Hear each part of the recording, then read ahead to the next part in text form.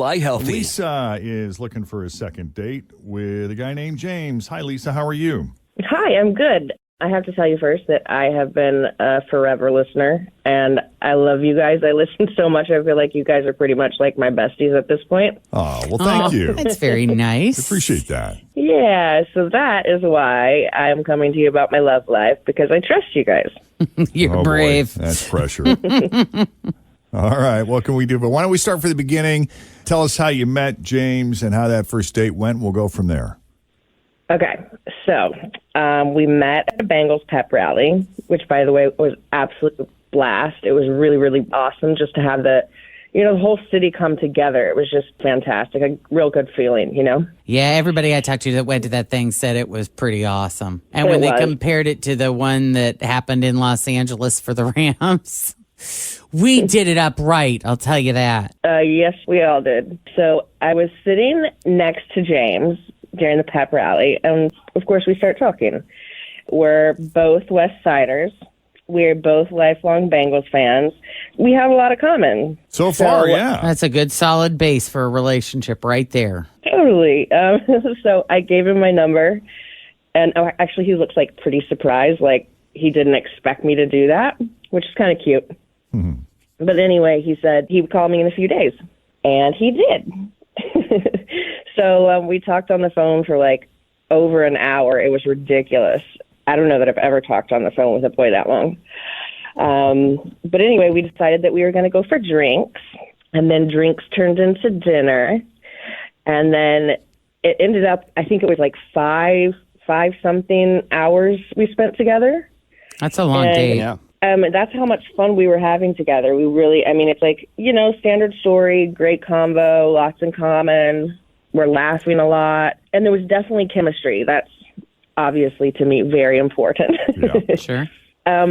We didn't kiss, but he did give me a very good hug.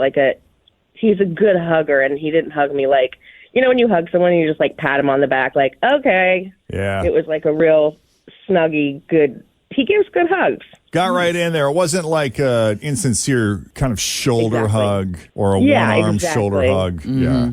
Why bother? It was like, I like you hug. That's nice. Good. Yeah. And that is it. Never heard from him again. That was that. Yep.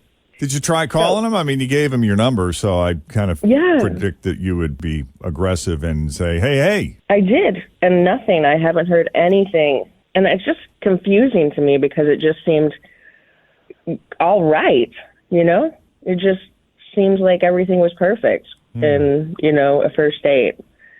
But so I'm just kind of like, well, what the hell did I do wrong? Yeah. Did he say anything about you guys getting together again, or was he vague, or did it not even come up? Was there anything? It didn't even come up. It just seemed like, I don't know. A foregone conclusion. Chemistry and, yeah.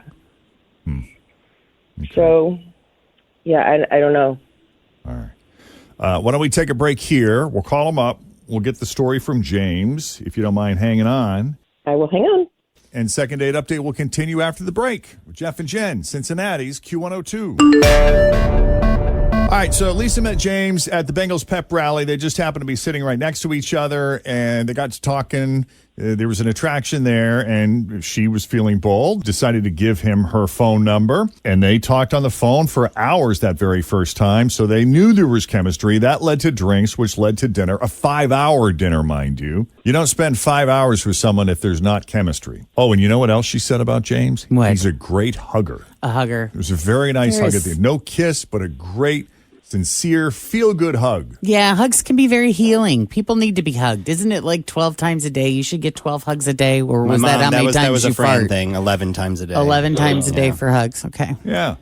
Lisa doesn't know what's up because she was left with the impression that they would for sure be getting together again. But after reaching out, there's been nothing back from James. So unless there's any important detail that I left out that you want to include or something you forgot to add in there, now's the time. I don't know. I think that's basically the gist of it.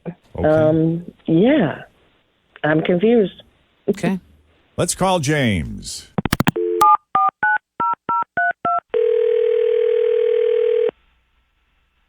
Hello? Hello, is this James? Yes, it is. There he is. James, the Chef and Jenn at Q102. How are you this morning? I'm okay. Good. You got a few minutes? Wait, the radio people? Yes, the radio people. The radio people. You think you know why you think you know why we might be calling? Maybe. We talked to Lisa, who you met at the pep rally and ended up having dinner with. Oh, she called you. Okay. Yeah, she sounds very nice. Yeah, she seemed really nice. There was just this one really strange conversation that we had. And I don't know if she told you what she does for a living. But, What does she do for a living? Well, she's a nurse, and she works for a GI doctor. Uh-huh. And anyway, she went in on this whole big kick about colonoscopies and how important they are and how I really should get one. And then she just kept, I don't know, a lot of work talk about colonoscopies. It got uncomfortable.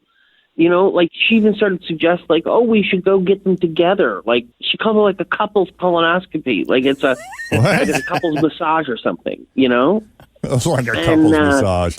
A couple's colonoscopy. I like that. Yeah. Why not? I'm actually getting my colonoscopy tomorrow. For real. Are you? Yeah. Wow, that's exciting. Yeah. But I'm doing it by myself. You're just flying solo. Yeah, Kristen's not coming with. No. Yeah, I know. Well, she's missing out on all the fun, isn't she? Oh, yeah. I know. Well, are you do you have a history because you sound like a relatively young guy. Don't they say you don't really need to start getting them until you're like in your 40s or 50s or something? I don't have a family history or anything like that. No. She just thought it'd be a fun thing for the two of you to do. Yeah. And that, you know, you shouldn't wait until you're 50 to start. She's like, oh, the earlier you start, the better, because then they have some baseline or something. I don't know. She was very, very up on it. And I mean, And sounds like very passionate about it. but seriously, after a while, it's a lot of butt talk, you know, and I don't know. It's not a good visual on a first date. And I ended up feeling uncomfortable. And, yeah. That was what happened. Okay, so it was a bit of a mood killer for you then. Is that right, James? Yeah. All right. It's like I have a comfort level that kind of just got out of whack there. I mean, considering the fact that this is her job, this is going to be difficult moving forward because I don't know how was your day at work? Don't talk about it. I don't want to hear it. We saw this guy. He had 9 polyps. It was crazy. Yeah. It even goes beyond a job. It was almost like you went on a date with a Trekkie and they were so passionate about Star Trek and that's all they talked about, except for it was buttholes and poop. Probably a Star Trek conversation would have been more appealing to you. Well, yeah, absolutely. That's funny. All right. Well, we have Lisa on the line. We'd like to get her side of the story, her take on this. Lisa, you still with us? I am. James, I'm so sorry. You know what? It's what I do, and I'm very, very passionate about it, and I guess I just felt really comfortable with you. So I thought that I could talk to you about this stuff, but now that I'm hearing it out loud, I'm really embarrassed. You know, why would you be embarrassed? This is your job. It's what you do. Yeah, why would you feel bad about that? Well, obviously, it was a problem for James, and now that I think about it, maybe everyone doesn't really want to talk about anuses and such, you know, on a first date. Okay, maybe not on a first date, but still, I mean. I don't know. Have you ever dated anybody that's like in the same field? So maybe, you know, you could have these kinds of conversations and it not be uncomfortable. Oh, the stories you could share. I know, right.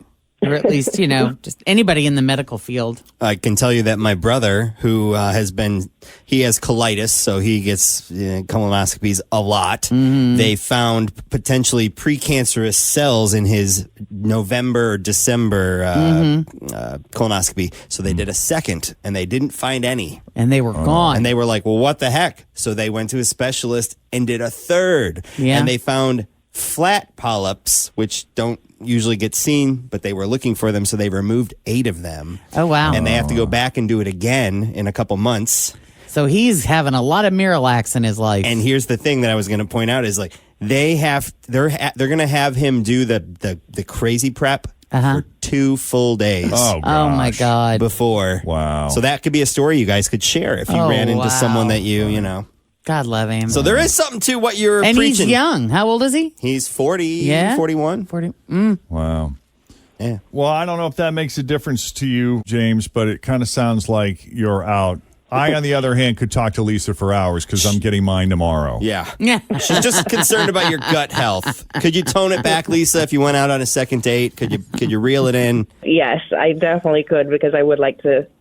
I mean, if you're up for it, I would really like to see You you seem again. to get along so well leading up. I mean, my goodness, a 5-hour dinner date and you talked all that time on the phone. I mean, is this going to kill it right here? Yeah, over a little poop? Come on. Well, as long as you promise not to call it date number 2. That's funny. That's very funny right there what you did. I see what you did there. See? Clever. All right, so then we do have a second date. This is nice. Yeah. I'm really excited about it. Well, let's send them to a restaurant that serves a lot of food that's easily digestible. There you go. How about that? Yeah. In one of those salad restaurants. Yeah, no red meat. Yeah. All right, well, we'll set it up. James, thank you very much for taking the call. And Lisa, I will see you bright and early tomorrow morning. Okay, great. I can't wait to take a look at your anus. That's great. You don't hear that every day. Not every day. No. Thank goodness. Yep. I know. So, hey, you need our help with the second date update. Just send us an email. Jeff and Jen at WKRQ.com. Coming up, your shot at $1,000 with the 1K letter of the day. First, another check